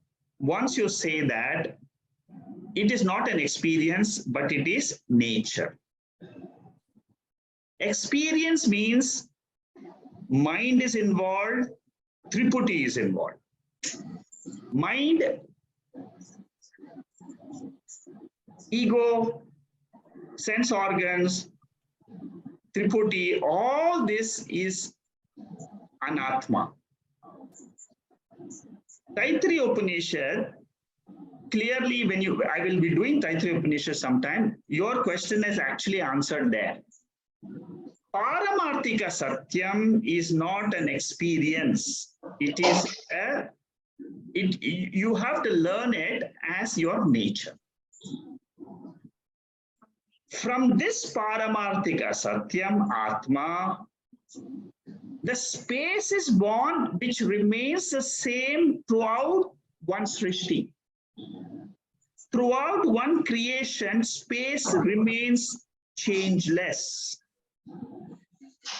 What is about this space, what is the cause of this space, is this Paramarthika Satyam Brahman. In this Brahman only the space is born, and then it is manifesting, unmanifesting. For different minds, it again manifests, unmanifests. The answer to your question is Paramarthika Satyam can be owned up, it cannot be experienced. Vyavaharika Satyam is experienced, Pratibhasika Satyam is experienced. Keep this knowledge of these three Satyams in mind. Slowly, as we do each Upanishad, this three Paramarthika, especially Paramarthika, it will become more and more clear to you. The ultimate clarity of Paramarthika Satyam is Vyavaharika Satyam and Pratibhasika Satyam is Mithya. That knowledge. Mithya knowledge. Mithya knowledge is what? It appears, but it is not the truth. What is Paramarthika Satyam? It never appears, but it is the truth. This difference, the moment your intellect is able to differentiate, then the mind gets a strength to remain with this nishtha. Nishtha means conviction that I am this Paramarthika Satyam. Everything else is Vyavaharikam, and Vyavaharika Satyam means it is Mithya. Mithya means what? It is almost like a dream. So the ultimate essence of all the literature, all the Upanishadic talks which you listen, where does it lead to? It only leads to this final question. Who am I? Am I this body or this mind? When you study the Upanishads, you will conclude after we have done, this is the third Upanishad, Kathopanishad, Taittiriya Upanishad, Mandukya Upanishad.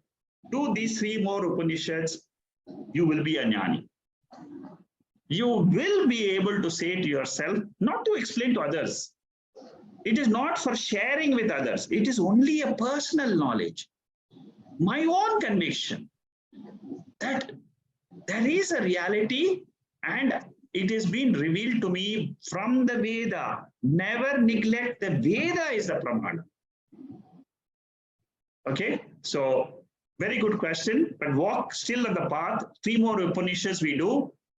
This particular aspect of Paramarthika Satyam, it is not very easy to grasp, but as you learn, especially when you learn the Shankara Bhashyam of these Upanishads, this truth gets revealed very easily, very, very easily. You see, the beauty is you go step by step. Okay, all of you are very senior students. You're all picking up this knowledge from the questions you ask. I can understand to what depth is your knowledge gone. So I'm very glad it's a very senior group we have here. And let's continue the study. We'll see how deep we can go. Okay, any other questions? Shekharji, Bolo, bye. How to, how is it possible not to create vasana? Okay. You see, it's not possible. You see, this is the law of karma. There is no way we can say that I will stop producing vasanas. You see, it's not possible. Any time when the body and the mind are interacting with the world, a vasana will be produced. In any birth, it will be there. So our direction of thought should not be how to stop making these vasanas. That should not be the direction. The direction we should have is, can I know a little bit more about Atma so that I can drop the vasanas affecting my life? This you can do.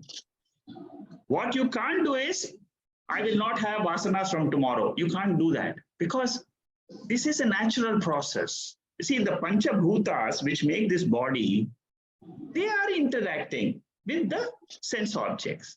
Whenever they are interacting, some vasanas will be created.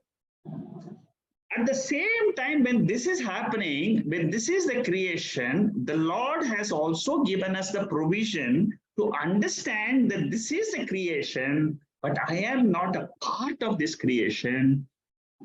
I am not the jiva, I am not the grahastha, I am not even the listener of these talks, but I am someone to which this talk can be listened. The power behind my listening, the power behind my eyes, the power behind the whole universe is the ultimate nature of Atma, which is called as Brahman. Okay. So good question, Bhawan. I can see you, even though you asked, but you see, this shows that you are thinking. I'm glad that you are thinking in these lines. Anybody else? Hello, Shakaji. It's Bharat here. Yeah, go ahead. Again, absolutely stunning lecture. Very, very good. I just like it's not really a question, it's just an observation that typically you know, when we speak to other people, it's common that people talk about what is true and what is false. And typically people say like, yeah, this, I don't know, apples are good for you, and it's true. Or someone might say, no, apples are not good for you because the acidity can affect your teeth. So there's this aspect of what is actually true and what is actually false. What I found helpful was, again, I have to quote you, like Mandukya Upanishad, that what you experience isn't true. It's that truthfulness is the experiencing itself. It's yourself. It's that subject which is always true, which you can't negate, which is ever present. Everything else in that sense, it's just there. It's just subjective. You don't have to take that as absolute truth. I don't know if that's helpful for anyone, but for me it was quite essential for me to realize that. I Yeah, just want to make that's that right. point. It's correct. That's right. It's a good point, Bharat. See, that is where the point of reference helps a lot. Many Yes. people, they don't understand Vedanta when they keep looking at themselves as the body mind. See, that is a big obstacle when they ask questions. So they keep on thinking that they are the body and mind, and they keep on analyzing the world and analyzing Vedanta with reference to keeping themselves as the body mind. I've seen many people who have been soaked in Vedanta for 25, 30, 40 years. They keep looking at themselves, but they are not able to look at themselves as consciousness and then analyzing it. So what you have done is looking at yourself as this consciousness. That is what is this skill of looking at yourself comes only from the teaching of Mahavakya.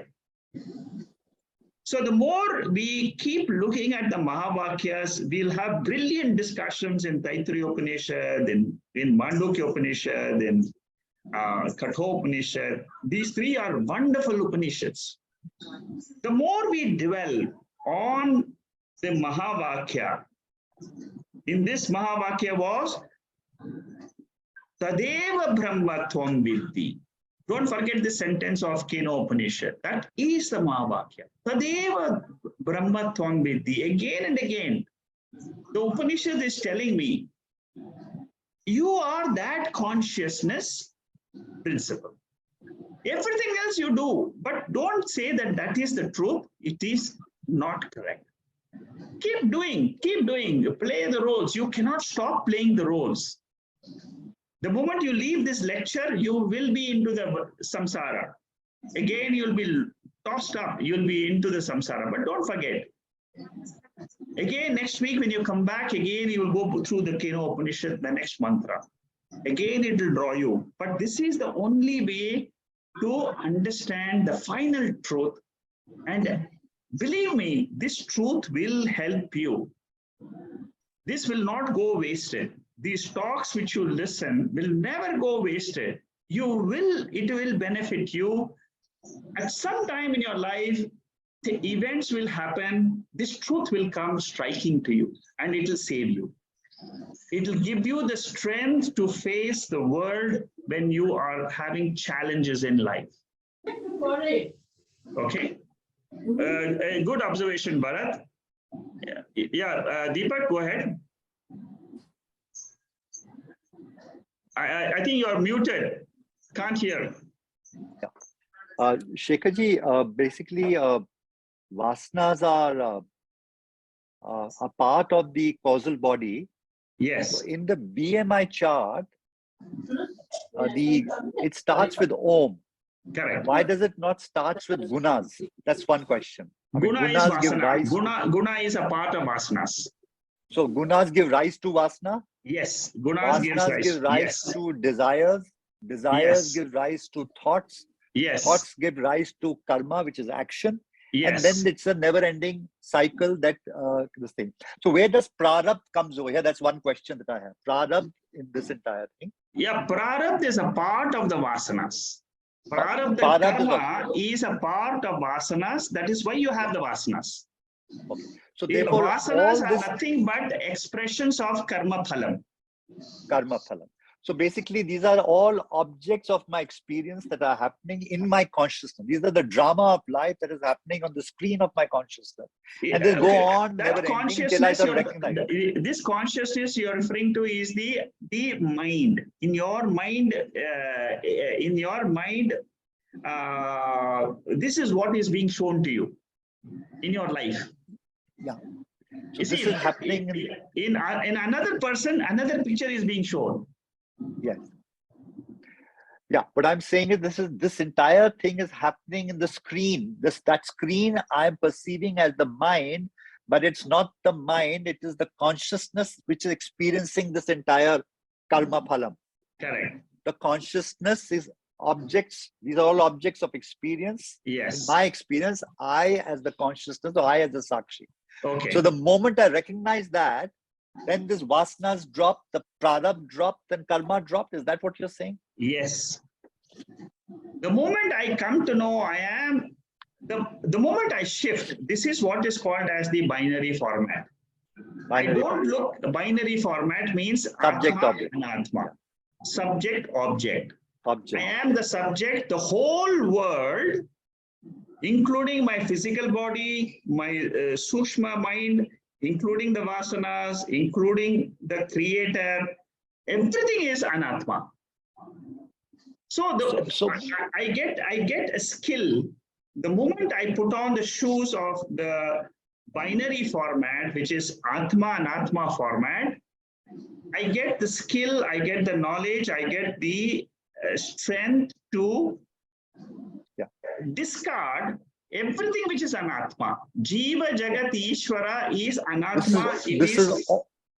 This is all anatma. Correct. The gunas, the vasanas, the causal body, mind, intellect, the subtle body, the gross, the stula sharira, all these are objects of my experience. Yes. Of my experience, which is the That's conscious. correct. Yes. I mean, so there are all these three things that are there. Yes. The causal, the subtle, and the this thing. Correct. Many people don't understand. And you'll have the koshas also in that, in the yes. Anandmaya kosha in the causal body, and that's in the, correct. Yes. The subtle body, you will have the pranamaya and yes. annamaya will be part of the stula. This thing. Correct. So all of this is like part of this whole never-ending cycle. That sort yes. of yes, it will go on. It will go on, and you can't stop it. You cannot say I want this, I want that only. I want only good experiences. I don't want any bad experiences. You have no control. See, the moment you come to this format, that is what is the 66th mantra of the 18th chapter. Sarva dharman parityajya. I surrender my whole body, mind, including my own children's body, mind complex. I not only surrender my body, mind complex, all my family, I leave it to the ultimate Ishvara. There is one higher principle which is responsible for this karma phalams. Nobody can stop these experiences. Tomorrow morning, what are you going to experience? Nobody can say, I will experience this, I will not experience this. So prarabdha gives rise to the gunas, gunas give rise to the vasanas, and then sort of you do the actions through thoughts, desires, and actions. Gunas are the environment in which the vasanas are playing and going. That is the macro factor. Rajas, tamas, and sattva is the prakriti. It is the blueprint of the creation. Okay, in that blueprint is this Sukshma Sharira, Karana Sharira, all this Punya Papam, all this is happening. But each Prakriti is Lord. It is created by the Ishvara. But my prarabdha, because my prarabdha, I take birth in a sense of the three gunas, in some balance of the three gunas. Agree. Here you are referring to the body or mind. Body. You're not referring to the consciousness. Body. Yes, yes. Or mind, yeah. The moment you take the body, immediately all the gunas will be affecting you. Mind, the moment you say body, mind complex, immediately gunas will be affecting. Vasanas will be affecting. These two they go hand in hand. So the one of the ways is, as you said, is that through the knowledge you remove the ignorance of veil, and the other is that by actual good actions I reduce the prarabdha, and therefore the That's correct. vasanas That is right. Till I become more sattvic and more pure. That's correct. That is the karma kanda way.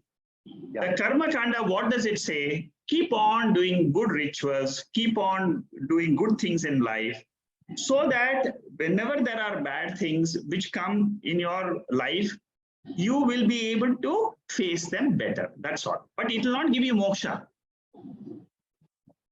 It will not give you moksha. Controlling your mind, controlling the vasanas is not going to give you moksha. Moksha will only come only when you say Aham Brahmasmi. I am.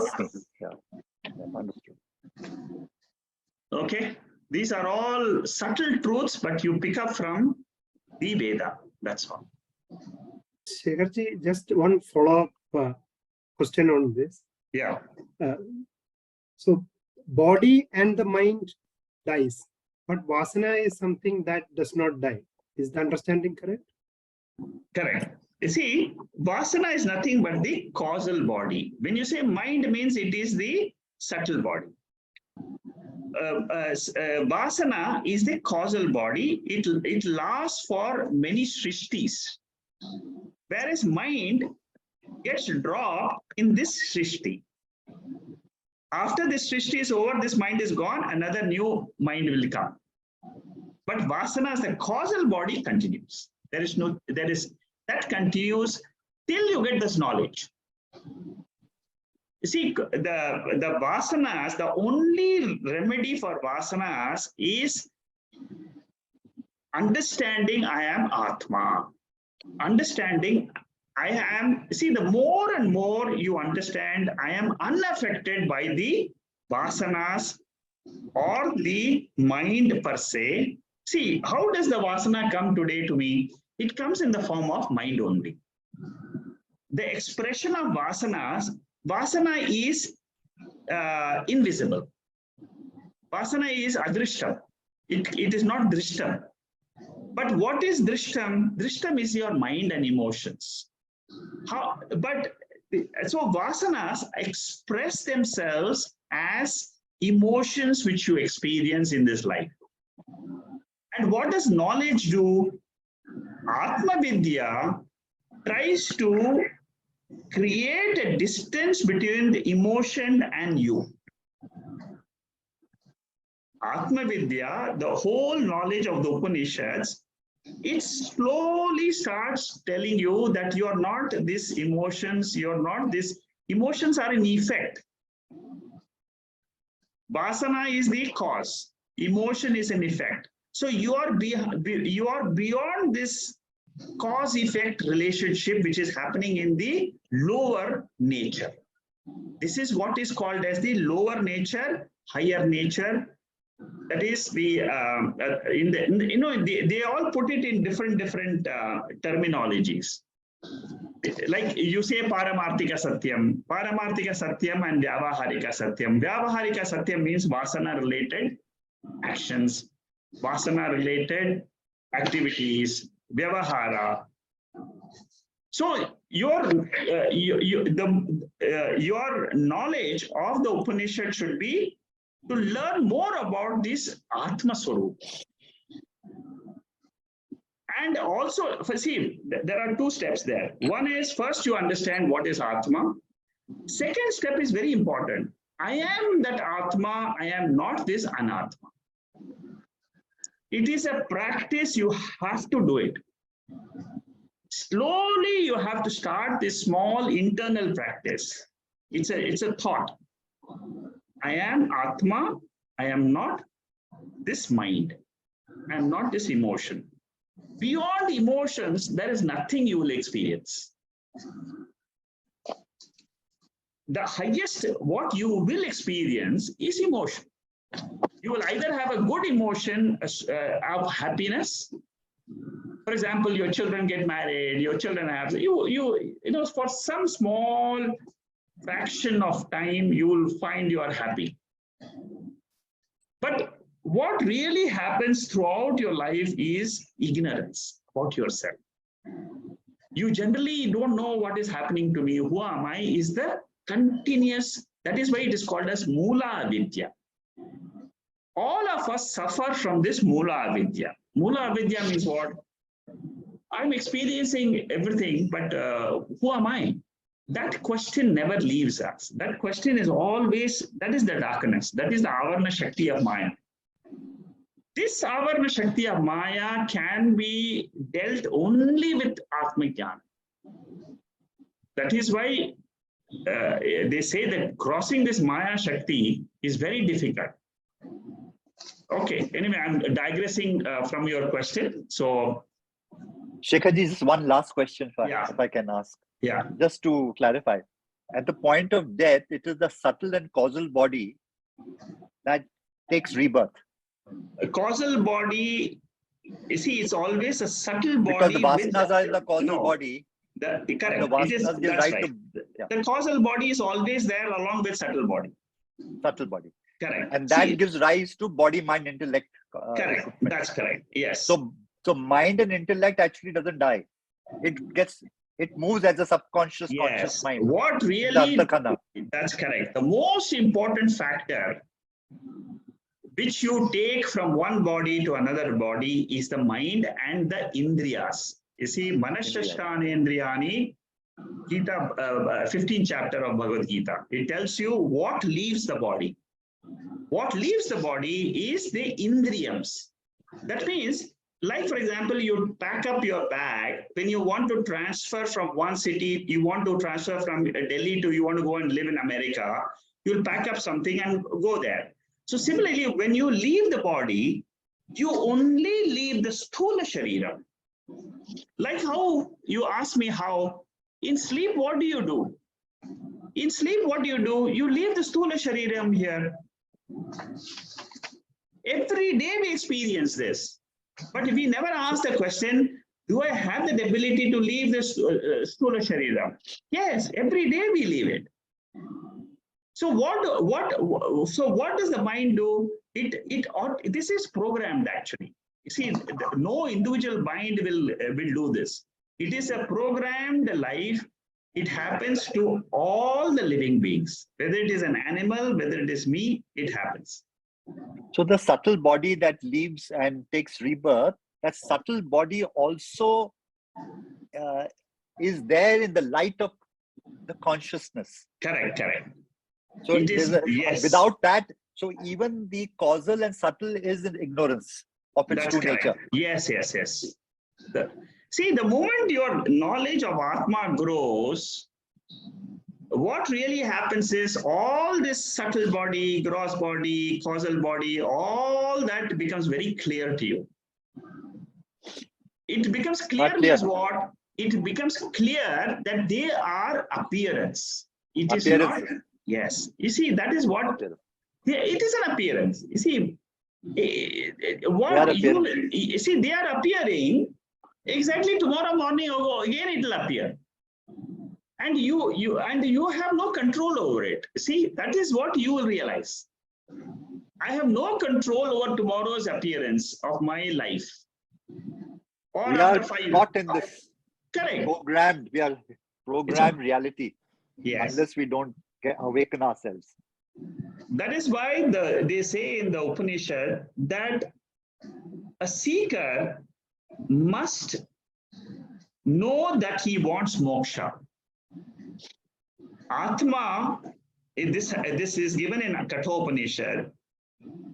Atma will bless that seeker which realizes that he doesn't want this transmigration.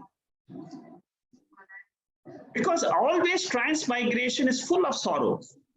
Any time you take a body, it will have its good times, but there'll be more bad times because the body dies.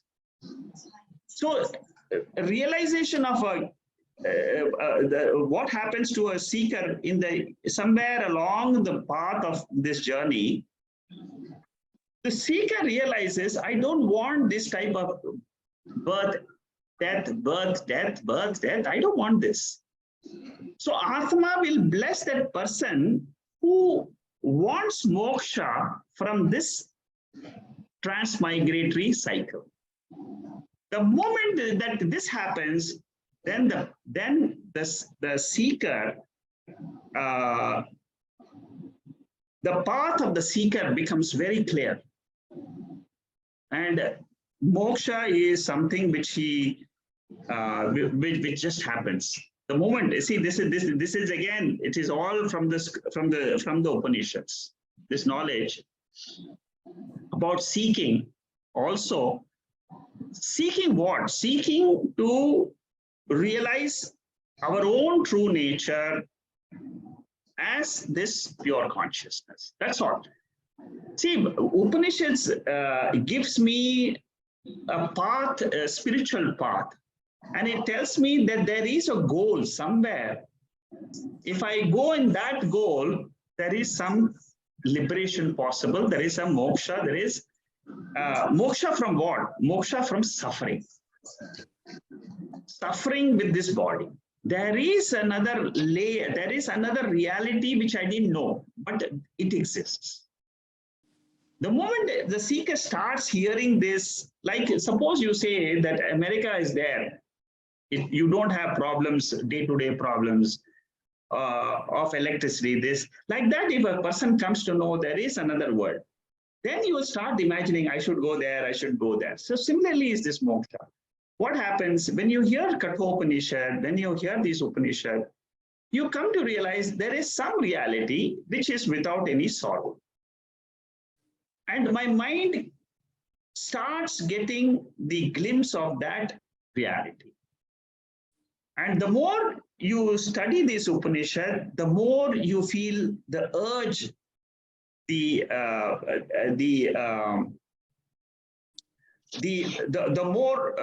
more passion you have in this study of Upanishad.